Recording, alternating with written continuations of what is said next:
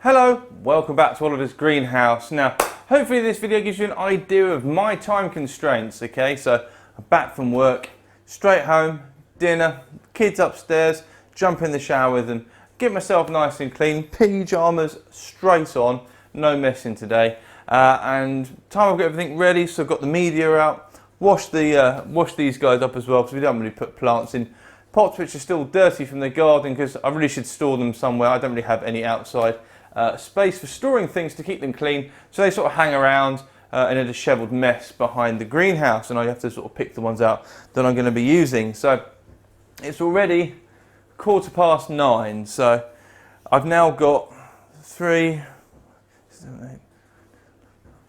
13 plants to repot, okay, and it's going to be a couple of hours probably to get it all get them. I'm quite fussy, so I like to plant things to a very high standard, and there's various different species in there as well. I've got some Heliamphora, some Utricularia, the Orchidioide Utricularia, which have not been enjoying life very much recently. Anyway, it's time to give them some fresh media. I've got some Cephalotus Hummer's Giant over there as well. They've been at work basking in glorious sunshine, and actually they're looking a little bit nuked, so those guys are going to get repotted into some bigger pots.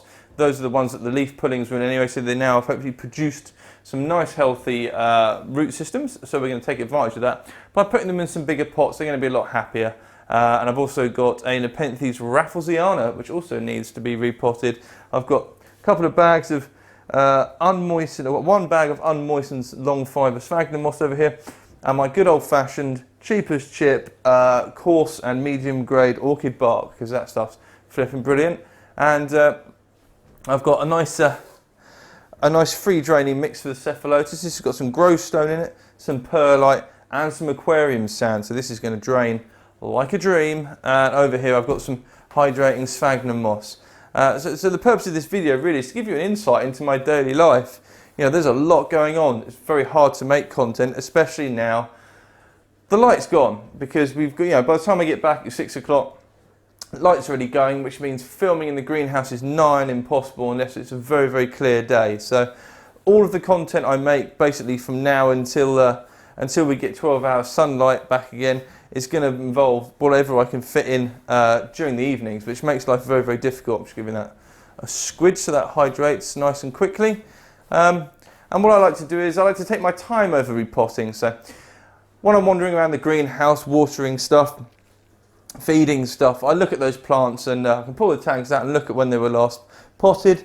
So this was potted last year in November, so that's coming up for a year in that pot now, so it's time to sort of get it out, give it some fresh media and just give it the best environment we possibly can. We don't want to lose any of these valuable plants. I've still got mildew attack. I'm going to be looking at, I've been giving stuff a spray with neem, which seems to work really, really well. That's, you know, you hit the plant with the neem, the plant's like, what's going on? That smells like onions.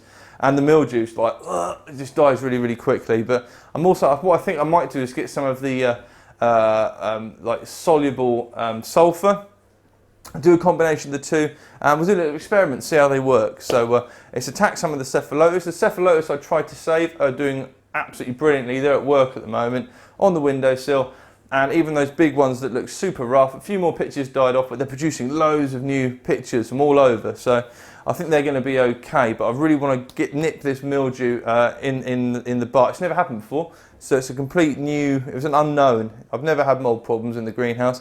There's 2 fans in there. The only thing I can think of is that maybe the pedestal fan, which hangs upside down at the back of the greenhouse, is getting a bit tired. So what I'll do is I'll probably take the frame off of it, clean the blade so it's able to pass through the air, therefore it's moving more air around with a little bit more ease. And maybe look at putting another fan in there. Like I say, I'm pretty clean in the greenhouse. Everything gets J's fluid twice a year to kill any nasty bugs. That's why you won't see stuff growing on the floor of my greenhouse. No liverworts and stuff like that, because any plants and stuff that's not supposed to be in there just gets nuked, because it just ends up being a base for insects and other things to multiply. So I try and keep all of that well under control. A clean greenhouse is a happy greenhouse. I just made that up. I don't think people actually say that. Anyway, so what I do is get everything ready, sit down at the table, get the laptop out, put something interesting, usually war documentary or something interesting on, put some music on maybe, and then just, that's my zen time. So I'll sit down, get everything out, unpot it, have a I really enjoy it. It's one of my happiest things. It's probably one of the times when I'm at my most happy. But then the trouble is then incorporating that into some content. So a lot of the times it's just me repotting stuff. You know, if you have a greenhouse or have a big plant collection, there's always something going on. You always need to do something. It never stops, really. The gardening never stops. So it's very tricky to, I don't find it as relaxing making content, because I want to make sure it's interesting for you. I want to interact with you, you know, and make it worthwhile. But there's also that side of it when I'm like, oh, I just want to sit down tonight and just slowly, you know, repot a few bits and pieces, take my time, watch the computer, you know, and just chill, maybe have a big fat gin and tonic. I'm going to actually pour one of those in a minute. You know, but I thought actually today I'm going to bring you along for a very relaxed video. Okay, it'll probably end up being ridiculously long. I'll fast forward some sections and I will literally put the laptop on, watch something interesting on that, and then start to slowly work my way through these. So I'll probably make a little video snippet of each species as I'm doing it, as I'm pointing, so you guys get to see what I'm up to as well. We've got a particularly growing in Utricularia alpina, which has been smoked from on high by the mildew. It's a real bugger. I mean, it's a real pain in the backside, that stuff. And it's in a net pot, so we have to like cut the net pot to get it out, and then we'll probably divide it into 4 or 5 clumps, put it in some new pots, in some sphagnum moss. It's going to be super happy. And then the Heliamphoras are going to be quite easy. And so moss grows on everything, drives me mad. And these slightly nuked Hummers Giant that aren't, they're sort of like Hummers, very small at the moment because they're still only really seedlings. So we'll get those out anyway. And I just thought I'd bring you along for the ride. So enjoy.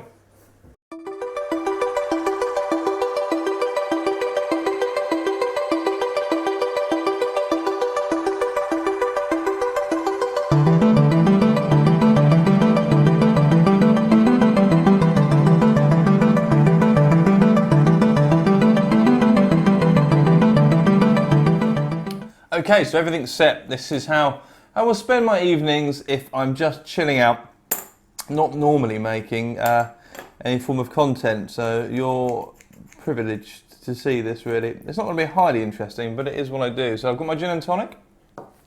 Feel very relaxed. I've got a documentary about the development of First World War tanks on, and I've got a tray of little baby Cephalotus Hummers Giant, and they look like That little tiny diddy things. So all I'm going to do is spend the next sort of 20 minutes tipping them out, getting rid of any of that old media, because we don't need any of that. Get rid of all this old crud off of here, and sort of relaxing really. Put them to one side, knock all the old gravelly mix off of them.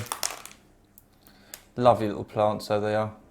Also, I like to use this opportunity to pick all the moss out of them as well, because they end up with loads of moss gluing itself sort of underneath the plant itself near the stems, which it's hard to eradicate. I mean, a good thick top dressing of sand will sort of help to inhibit it, but like anything, it will eventually end up growing in the pot. You can't get rid of it, especially if you use rainwater. It's just an inevitability, but you can use repotting time as an opportunity to pick the worst of it out of there.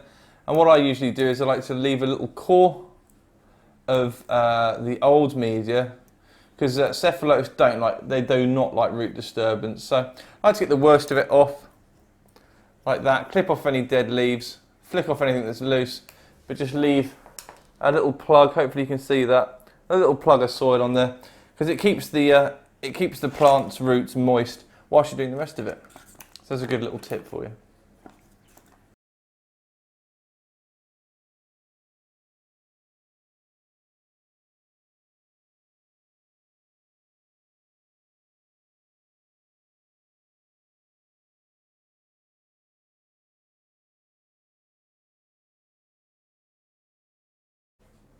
Okay, there's these 4 little Cephalotus already done. Got one more to do. There's that nice thick top dressing of sand on top as well, to sort of like keep the weeds down a little bit. It does help, it does make a difference. Gravel also works, a bit of aquarium gravel. And then these guys are going to go into a nice deep tray of water up to about here to give them a good soaking in. I like to work with dry media, especially the peat moss, otherwise it just goes everywhere, it's horrible. So they'll sit in water up to about here. They'll be fully hydrated by morning. Okay, so that's the Cephalotus out of the way. I've got some lovely Heliamphora, which has been doing really, really well despite the heat. Some of those have got a few dead pitches on them. I'm going to give those guys a tidy up. I've got my Nepenthes rafflesiana. It's in a little round pot. Needs to go, it's quite big for that pot, so it needs to go in something a little bit more substantial. I was thinking about popping it in something probably almost as big as one of these pots here. It's got to be a 4-inch pot, something like that. And then the Orchidioide section of Utricularia as well. Now these guys, my experience with Utricularia is they like to colonise fresh ground. They don't like to be in the same media for too long. And this goes for terrestrial, epiphytic. They're all the same. They really like some fresh media, and they like to move around. So I think it's exactly what's going to happen here. My experiences with this is I've potted them, I've divided, put them into fresh media, and the ones in fresh media are just like that, whoom, they're off and away really, really quickly. So I'm hoping that's what's going to happen with these guys. So I'm probably going to I'll do the Helis first, get them out of these little 3-inch pots, put them into the bigger ones, and we'll have a look at the root system. Right, as previously discussed, this media is only a year old, but it's got this thick coating of moss on here, which flowers and it produces spores, and I find it, I don't know, there's something more satisfying about seeing the actual plants stood out on their own. So anyway, I've unpotted them. They've got nice healthy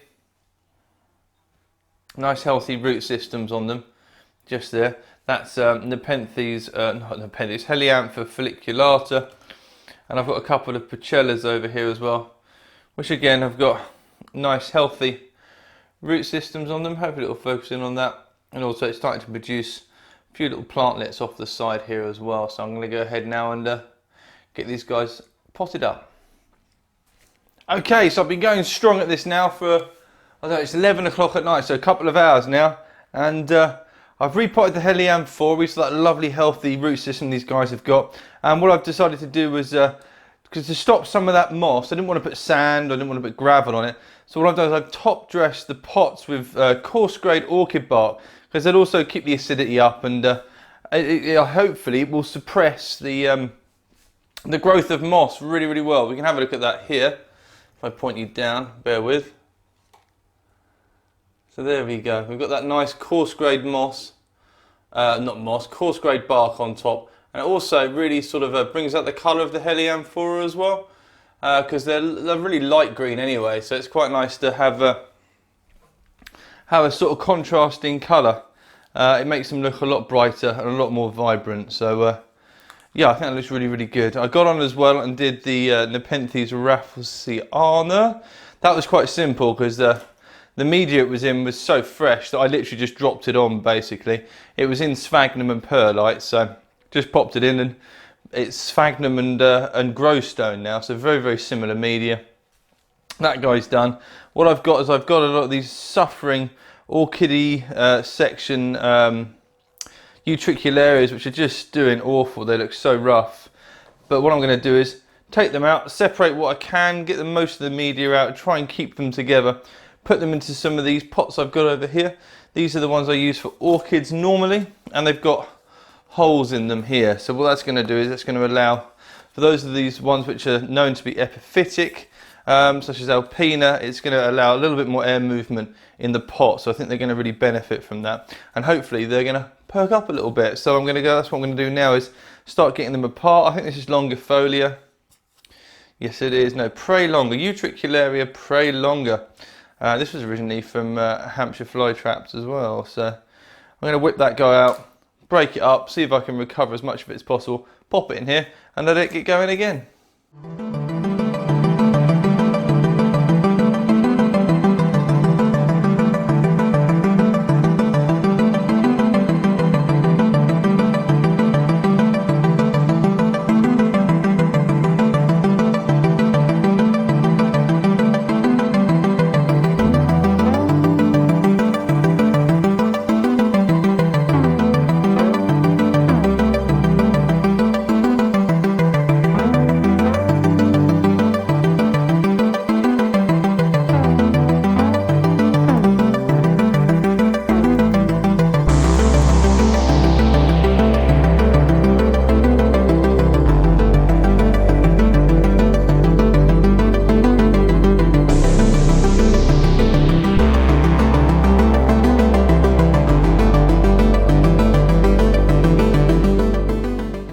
Okay, so there we have it.